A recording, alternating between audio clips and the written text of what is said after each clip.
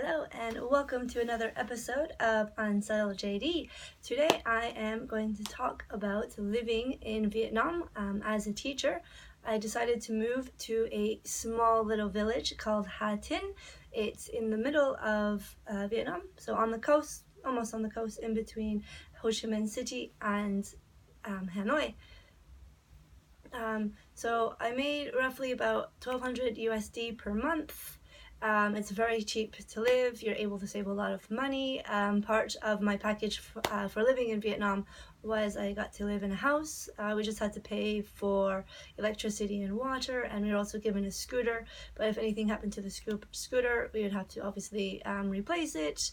And obviously we had to pay for gas for going everywhere. So the city itself, Ha Tinh, is quite small, which was nice for me. I wanted to live somewhere rural, somewhere with not a lot of people, and somewhere was close to the beach. So the closest beach is about 10 to 20 minute drive, depending on how fast you drive. Ha Tinh has a lot of places to eat. The food is really good. Not a lot of Western food. It's not the places that they do have. It's not the greatest food, but beggars can't be choosy. So I taught English for 9 months in Ha Tinh. It was definitely an interesting experience. Some people like it, some people hate it. Some days were good, most days were bad. Really depends on what you're looking for, really. The class sizes are quite big. Because I taught grade 1 and grade 2 phonics in 2 different local schools, and sometimes I would go to a third one. The kids were not the greatest. They're more behaved if there was a Vietnamese teacher in there with you, but as soon as the Vietnamese teacher left for any reason, all hell basically broke loose. But sometimes if you go to international schools, they were quite a bit better. The class sizes were a little bit smaller, which was nice, and the little babies were absolutely adorable. I also taught at a training center, so the class sizes were a little bit smaller. The kids were a little bit better behaved.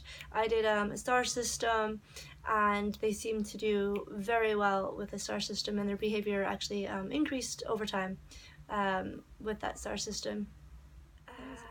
But thankfully, there is an exceptional expat community that does live there.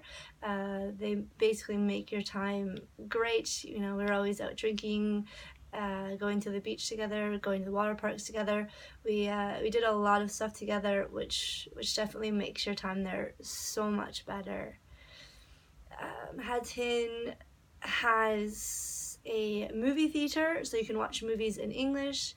They have pools where you can go swimming. They have gyms if you want to keep fit. I found the best time to go is during lunch, because all the Vietnamese like to sleep during lunchtime. There's not a lot of places to drink. I mean, you can pretty much drink almost anywhere in Vietnam. You just sit on little blue tables. They don't have like proper nightclubs, but make the most of what you have.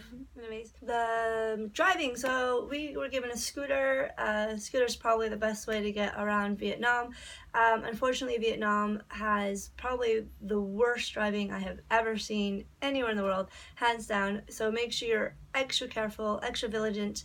Just make sure you're looking all the time. I've seen so many times where you're literally in the right hand lane, and then you're next to somebody and they're trying to turn left, and they try to like outrun you and to turn left, and you're just like, why wouldn't you just go in the left hand lane and then turn left? So if you are driving a scooter, make sure you know how to drive one. Drive slow until you kind of get used to those driving experience in Vietnam. Even if you're walking across the street, just always double check, because it's just very unsafe driving wise. So just be careful, be vigilant, and make sure you know your surroundings. Anyways, I hope that was good enough information for you. If you have any more questions or anything else, let me know. Bye!